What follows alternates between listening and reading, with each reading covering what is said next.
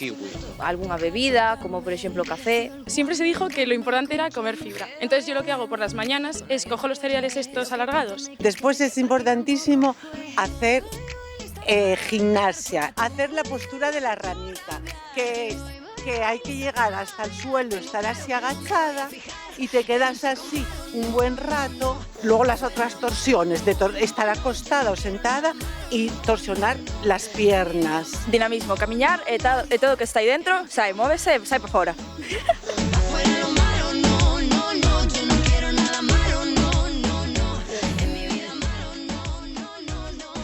Bueno, aquí seguimos 8 minutos do mediodía. Bueno, pois efectivamente imos a falar dun problema o estrinximento que padecen moitas persoas, non si, querido Iago, pero vamos a aclarar conceptos. O primeiro, que é o estrinximento? Porque igual eu penso que teño estrinximento e non é así, é dicir, que ter estrinximento? O estrinximento varía das definicións según os libros que collas, pero en xeral é unha persoa que fai deposicións con menor frecuencia que unha vez cada 2 días podese considerar que ten estrinximento.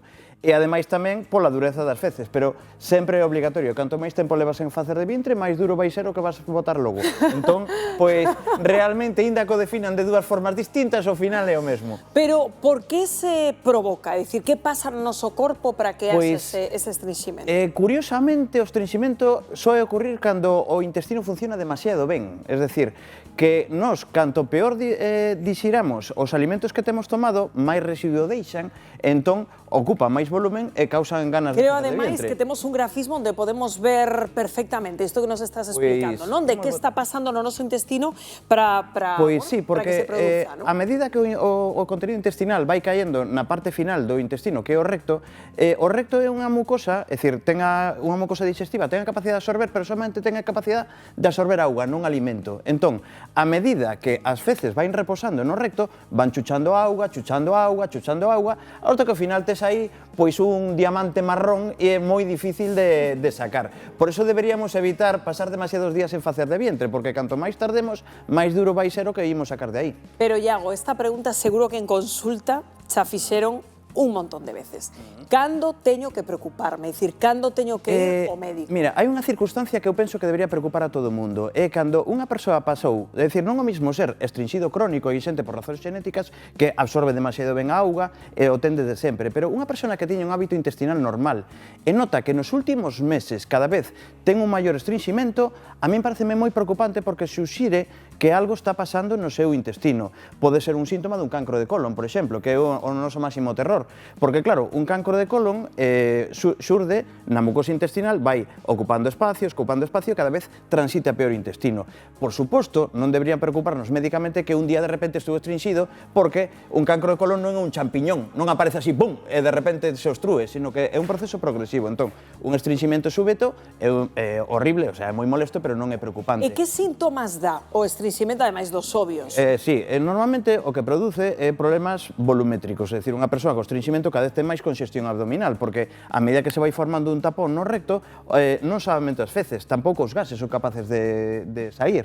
Entón a xente cada vez se nota máis empachado, cada vez coa barriga máis voluminosa e cada vez con máis tendencia a eructar porque se non sai por abaixo, sai por arriba. Claro. Que medicamentos poden provocar estrinximento? É unha cosa bastante importante, porque unha razón por que unha persoa pode volverse de repente estrinxida é porque non se lembra, pero empezou cun medicamento. Hai dous tipos de medicamentos que case sempre producen astrinximento, que son os analxésicos basados na morfina, como sobre todo, aparte dos obvios como fentanilo e tal, a codeína e o tramadol son de uso moi común, tanto como antitusivos como analxésicos. Astrinxen bastante. E despois os antidepresivos, porque os antidepresivos interactúan normalmente co receptor da serotonina. Bueno, a pesar de que toda a xente di que a serotonina é a molécula da felicidade, parvadas así, o certo que o 90% da serotonina fabricamos no noso intestino. Entón, cando interactúas con ese receptor, nunca vas poder evitar por completo que interactúes un poquitín coas neuronas do intestino, que son as que mandan que o intestino se contraia. Entón, normalmente unha persoa que toma un antidepresivo é de esperar que teña un certo astrinximento por culpa dela. E unha persoa estrinxida, que consecuencias pode ter? Supoño que as hemorroides están moi ligadas, non? Sí, aínda que as hemorroides están máis vinculadas a forza que fan para intentar facer de vientre que ás veces duras verdadeiramente. Porque, bueno, eu me presto a calquera guarrada, pero cando unha persoa fai forza, hinchanse as venas do pescozo, e as venas do cu non son unha excepción. Entón, pois claro, se estás todo o día apretando, pois terás estas venas como tallos de lechuga, como lle pasamos que levantan pesas, pero estas outras tamén. Entón, pois, calquera que faga forza vai acabar con hemorroides. E despois a outra, que é máis preocupante, porque doi moitísimo, é a fisura anal, que a veces a xente a confunde.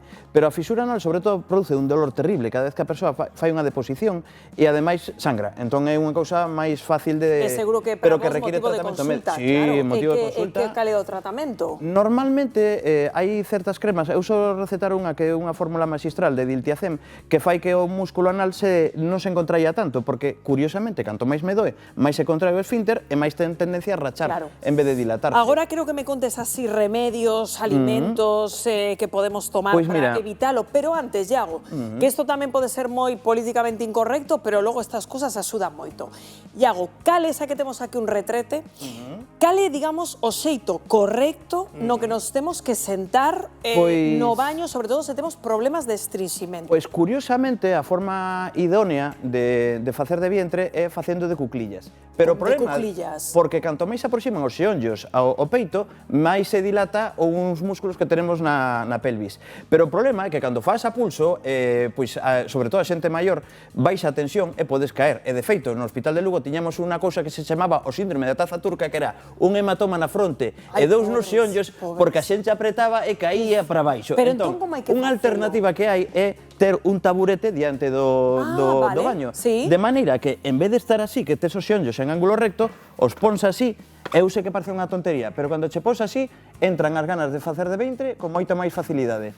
Vale, así que recomendas a xente, mirade, que sin Sí, algo tan absurdo como poner un taburete diante de... De feito, hai algunha marca que vende taburetes específicos para o baño. E logo se fala tamén, ollo, co tempo que pasamos no váter, non? Sí, normalmente o tempo que pasamos no váter, cando é excesivo, fomenta tamén a aparición de hemorroides, porque claro, canto máis tempo tes aí a cousa, entón, o ideal sería que pasase menos de 10 minutos.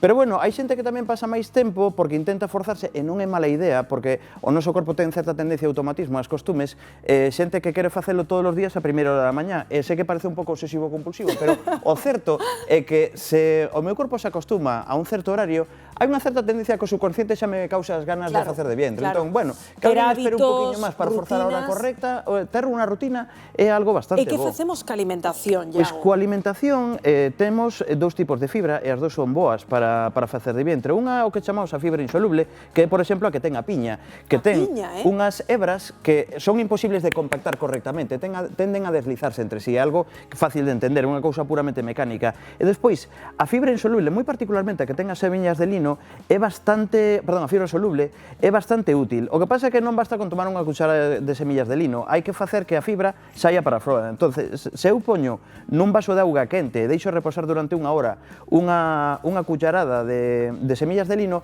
veremos que a auga tórnase unha sustancia xelatinosa, porque ten, non sei se é un fruto oligosacárido que narices é, pero algo que retén auga e que despois o meu intestino e o meu recto non son capaces de chuchar esa auga de volta. Entón, sempre evitarei que se forme moita consistencia. E Iago, se comemos piña, semillas de chía, bebemos moita auga e a pesar diso temos estrinximento porque estamos tomando tramadol, como nos dicías antes, claro, un vai á farmacia e atopas un surtido de enemas, de cousas que temos que desbotar, que... Isto é importante sabelo, porque aquí estábamos falando de prevención, pero de tratamento non. Se eu dase a situación que levo 3 días sin facer de vientre, hai que ter en conta que, por máis que toma desto, estou facendo que as cacas futuras sean brandas, pero o que teño abaixo non, porque aquí hai un orden, é un tubo de un só sentido, entón, dá igual que eu faga. Entón, para iso, os microenemas son unha moi boa idea. Hai dous que máis se venden, uno que é de mel, que molesta un poquinho menos no recto, e outro que é o de glicerina, que é o meu favorito,